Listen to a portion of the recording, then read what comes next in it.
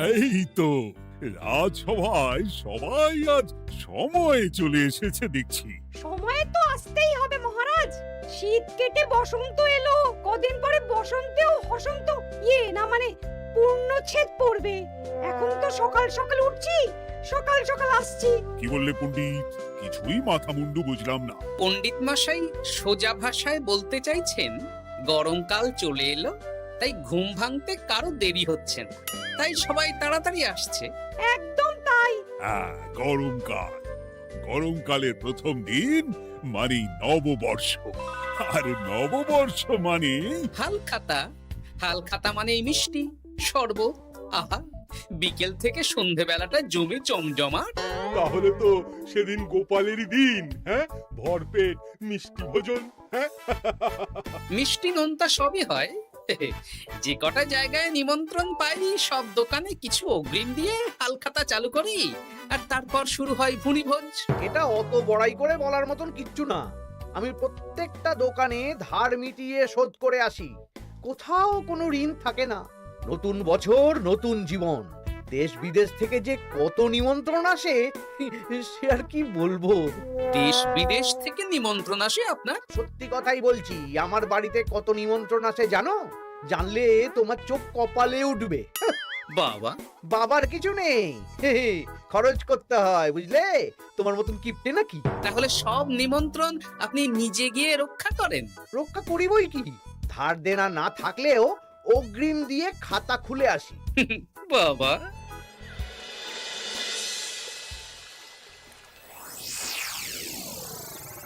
তোদের একটা কাজ করতে হবে। কি কাজ বলে ফেলুন? তোরা উঠতে বসতে গোপালকে জিজ্ঞেস করবি, কি গোপাল, কটা হাল খাতার নিমন্ত্রণ পেলে? মন্ত্রী মশাইকে তো 10টা দোকান থেকে বলেছে। বুঝে গেছি, গোপালকে আপনার কাছে আরো খাটো দেখানো হবে। এই যে শোনো, এই ফলেটা ধরো, হ্যাঁ? আর মুদির দোকান থেকে 500 মুগ ডাল আর 1 কেজি চিনি নিয়ে এসো তো।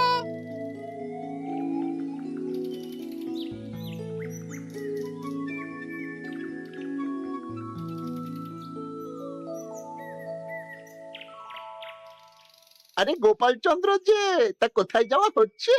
নিজের বাড়িতে যাচ্ছি। আমি তো আর তোদের মতন বাউন্ডুলে নই যে দিন রাত রাস্তায় রাস্তায় ঘুরে বেড়াবো। সামনে তো পয়লা বৈশাখ, সেদিন কেউ কি বাড়ি বসে থাকবে? কেন? সেদিন আমি কোথায় থাকবো না থাকবো সেটা আমার ব্যক্তিগত ব্যাপার, তোদের কি? না না, আমাদের আর কিছুই না। তবে এবার তো মন্ত্রী মশাইয়ের কাছে ইতিমধ্যেই 10টা দোকান থেকে নিমন্ত্রণ পত্র চলে এসেছে। তাতে আমি কি করব? না না না না, আমরা জানতে চাইছি ওই তোমাকে কতগুলো দোকান থেকে নিমন্ত্রণ করলো গোপাল? গোপালকে ভয়ে কোনো দোকানে নিমন্ত্রণ করে না। এই, সেসব তোদের বলতে যাবো কেন রে? বলবেই বা কি করে?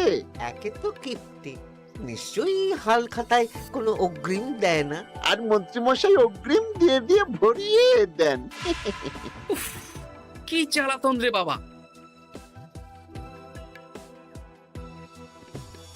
জ্বলেছে জ্বলেছে, গোপালের জ্বলেছে।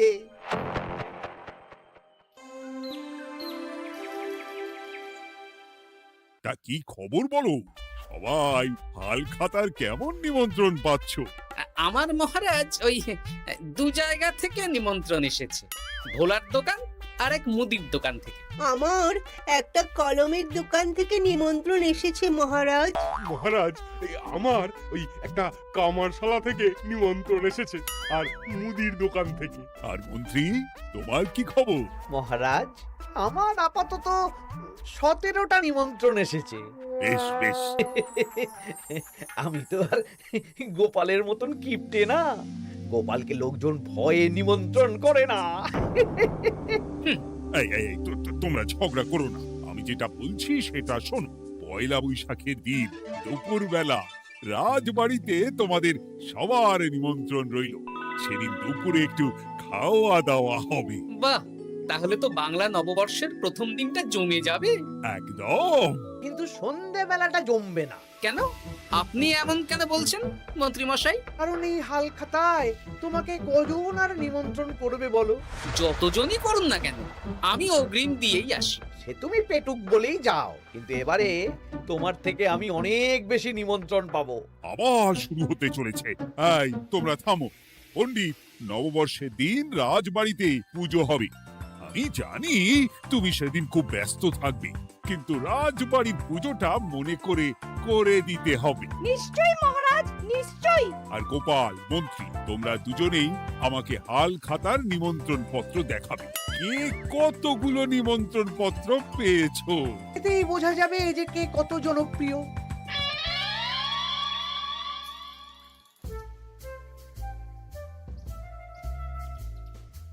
কি গো, তুমি সেই তখন থেকে পায়চারি করছো যে?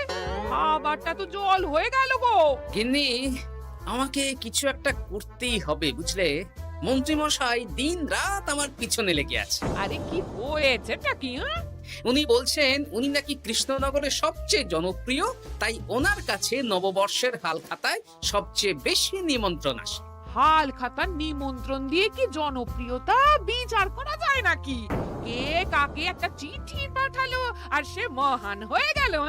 ঠিক বলেছ গিন্নি, চিঠিতেই কাপ করো। দিন রাত উঠতে বসতে কথা শোনানো, আমি দেখাবো মজা। এই বলি, তুমি কি করবে? এবার খেলা জমবে, মজা হবে।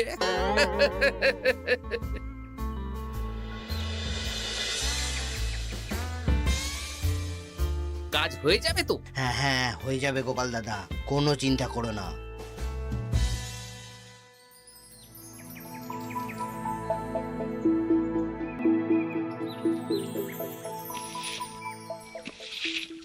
ও দিদা, আমরা তো তখন থেকে ঠায় এখানে দাঁড়িয়ে আছি। দাদু কোথায় গো?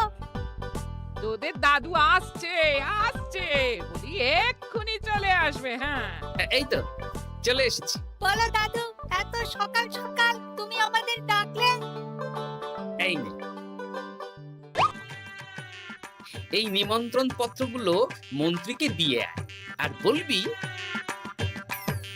যেমন বলছি তেমন কর, কোনো বাড়তি কথা বলবি না।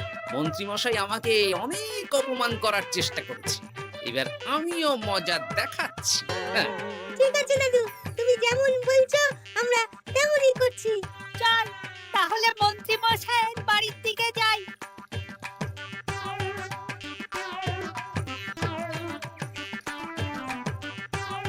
আরে ওই তো বটা কাকা, ঘটা কাকা, চল ওদের দিকেই ধরি। এই যে বটা কাকা, ঘটা কাকা, তোমরা ভালো আছো? হ্যাঁ আছি। তা তোদের জন্য কি লাভ? না, লাভ লোকসান নেই, আমরা তো উপকার করতে এলাম।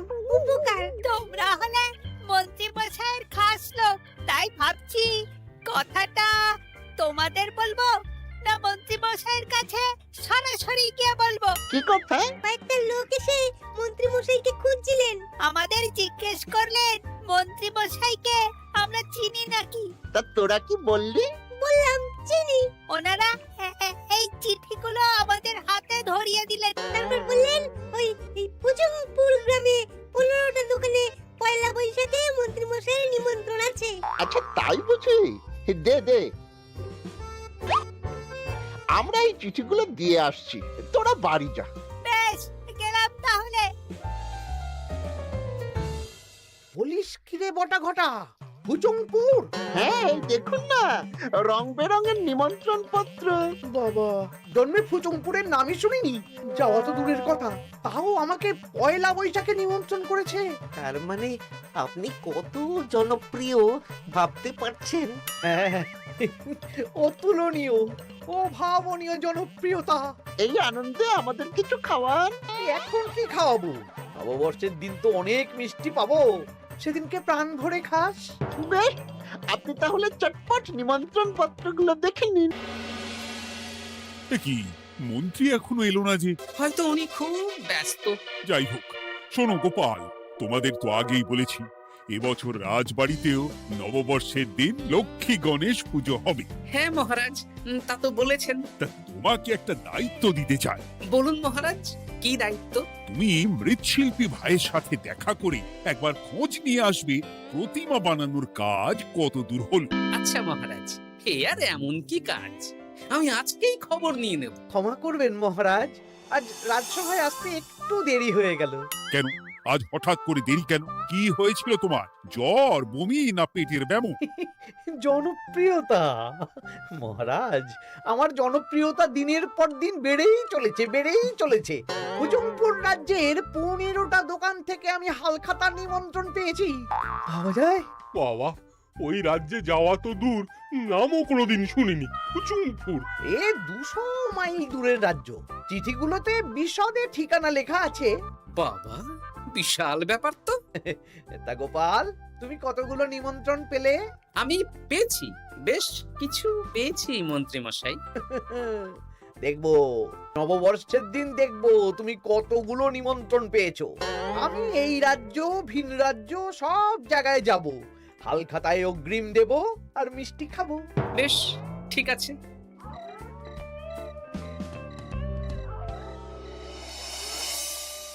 এবার মজা হবে।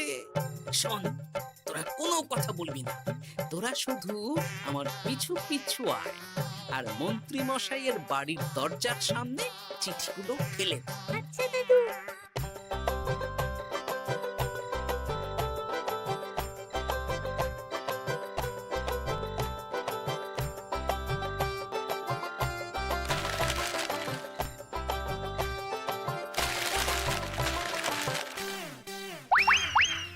বল এবার তোমার দিকে।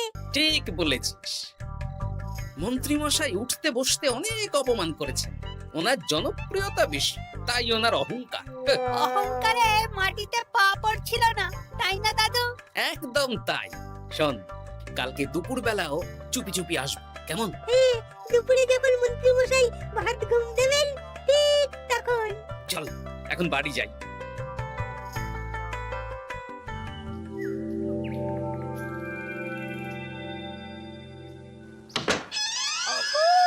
ওগো দেখে যাও গো। কে গো? তুমি কোথায়? বাইরে এসো, বাইরে এসো। আরে কি হলোটা কি? সকাল সকাল চিৎকার চেঁচামেচি করছো কেন? আরে আরে আরে দেখে যাও আগে। আমাদের বাড়ির সামনে কত চিঠি, হাজার হাজার হাজার চিঠি। সত্যি তো, ওরে বাবা, এত চিঠি!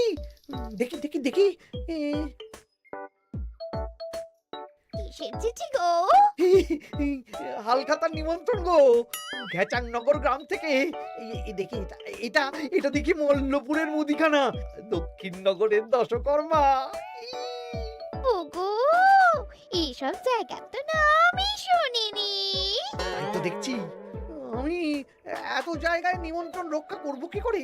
শুধু নিমন্ত্রণ রক্ষা নাকি, হালখাতা যাওয়ার মানেই অগ্রিম দিতে হবে। এখানে কম করে 1000 খানেক চিঠি আছে। গতকাল সকালে তুমি 15টা চিঠি পেয়েছিলে। তার উপর এই রাজ্যের বেশ অনেক কটা দোকান থেকে নিমন্ত্রণ এই সেরেছে। মন্ত্রীমশাই, এই নিন। রাস্তায় একটা লোকের সাথে দেখা হলো, এই চিঠিগুলো ধরিয়ে দিয়ে গেল। বললো মন্ত্রীমশাইয়ের হালখাতায় নিমন্ত্রণ। নাম বললো না, মুখে গায়ে চাদর মুড়ি দেওয়া। এই গরমে চাদর? সেটা জিজ্ঞাসা করতে শুধু বললো ঠান্ডার রাজ্য থেকে আসছে কিনা তাই। বলিস কি, ঠান্ডার রাজ্য থেকে আমার নিমন্ত্রণ? বাবারে বাবা, কি জনপ্রিয়তা! থাম একদম। তো জায়গায় কম করে 5 মোহর অগ্রিম দিলে তো 5000 মোহর খরচা হয়ে যাবে। তা অত মোহর আমাদের কাছে আছে নাকি? তাহলে এবারে আপনার জনপ্রিয়তার কি হবে? নিকুচি করেছে জনপ্রিয়তার। দাঁড়া দাঁড়া দাঁড়া, আগে সবকটা চিঠি পড়ে দেখি।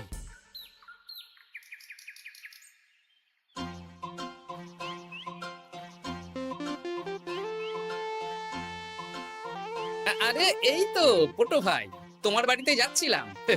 ভালোই হলো, দেখা হয়ে গেল। গোপাল দাদা, বলো বলো। কাল বাদে পরশু তো বাংলা নববর্ষ, তা রাজবাড়ির জন্য লক্ষ্মী গণেশ প্রতিমার প্রস্তুতি কত দূর? হয়ে গেছে তো, এখন একটু শেষ বেলায় তুলির টান দিচ্ছি। আমি আগামীকালই রাজবাড়িতে মূর্তি দুটো পৌঁছে দেব। ব্যাস, চিন্তা মুক্ত হলাম। আমি মহারাজকে জানিয়ে দেবো। হ্যাঁ, আচ্ছা।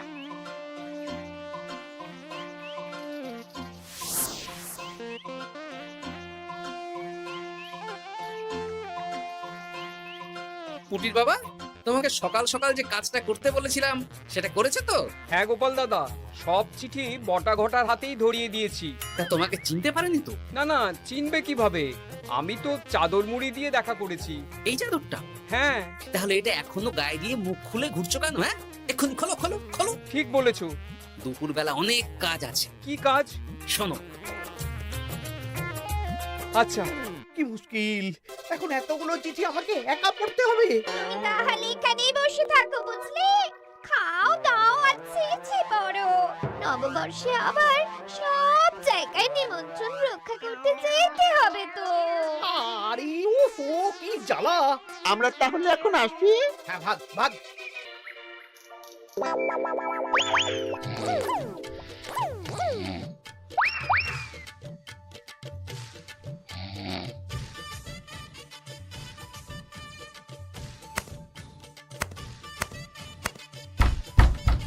কে রে? এবার মন্ত্রী মশাইয়ের মাথা কাজ করবে না। এত চিঠি গুনতেই পারবেন না।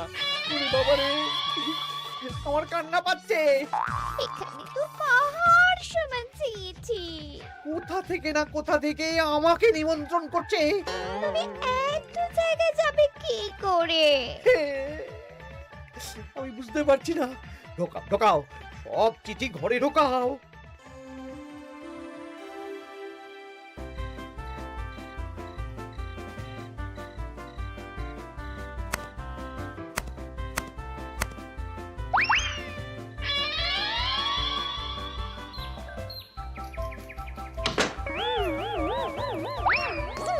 ওগো, রাতে আবার চিঠি এসেছে। এবার আমি কি করব? আজ বাদে কাল নববর্ষ। এত জায়গায় অগ্রিম দেওয়া তো দূর, যেতে গেলেও তো আমাকে ঘর বাড়ি বেচতে হবে। পড়ো পড়ো, চিঠি পড়ো, পড়েই যাও। আচ্ছা, আমাদের রাজবাড়ির পুজোর লক্ষ্মী গণেশ ঠাকুর প্রতিমা চলে এসেছে। পণ্ডিত, মনে আছে তো? হ্যাঁ মহারাজ, মনে আছে। আগামীকাল সকাল সকাল পুজো করব। কিন্তু মন্ত্রী যে এলো না এখনো। উনি এত নিমন্ত্রণ পেয়েছেন যে পড়ার সময় পাচ্ছেন না মহারাজ। রাজসভায় আসতে পারলে হয়।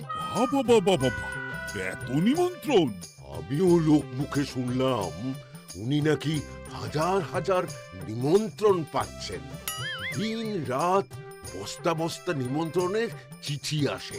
বাবা বাবা, এ তো আজব ব্যাপার। হ্যাঁ, তাই না তাই। যাই হোক, কাল সকালে রাজবাড়ি আর বিকেলে দোকানে হালখাতা। ব্যাস।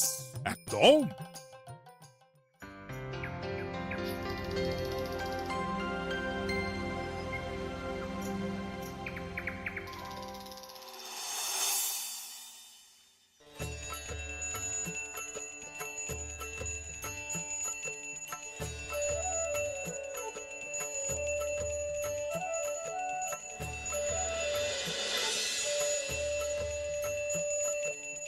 শুভ নববর্ষ মহারাজ। শুভ নববর্ষ। দেখো দেখো, আরতি দেখো। পুজো হয়ে গেলে সবাই মিষ্টি মুখ করে তবে যেও কিন্তু। নিশ্চয়ই নিশ্চয়ই মহারাজ। আজ তো পেটে মিষ্টির বৃষ্টি হবে। হ্যাঁ, শুধু মন্ত্রীটা এলো না। উনি এখনো চিঠি পড়ছেন, থুরি গুনছেন।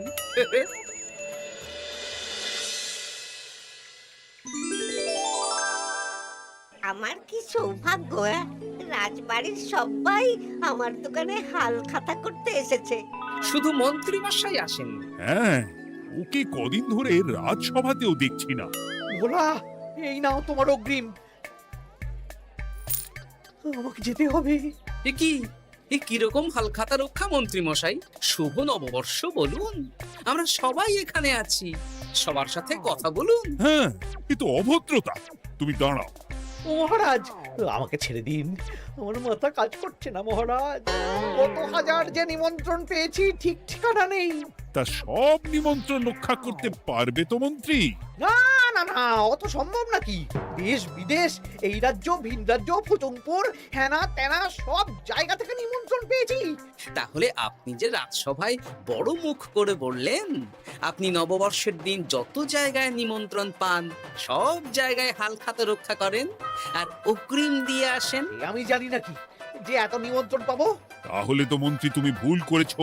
সেদিন গোপালকে নিচু দেখানোর জন্য অহংকার করা তোমার উচিত হয়নি। হ্যাঁ, আমার ভুল হয়েছে, আমাকে ক্ষমা করুন। অনেক দেরি হয়ে যাচ্ছে, আমাকে যেতে দিন। এই রাজ্যের নিমন্ত্রণ রক্ষা করে অন্য রাজ্যেও যেতে হবে মহারাজ। অন্য রাজ্যে কোথাও যেতে হবে না মন্ত্রী মশাই, সে কি? কেন? কারণ সব চিঠি আমি পাঠিয়েছি। একটা ছাপাখানায় বলে বিভিন্ন জায়গার নিমন্ত্রণ পত্র ছেপে আপনার বাড়ি পাঠিয়েছি। হ্যাঁ? হ্যাঁ নয় হ্যাঁ, যাতে আপনার বছরের প্রথম দিনে অহংকার ভাঙে।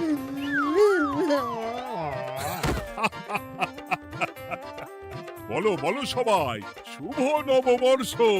শুভ নববর্ষ।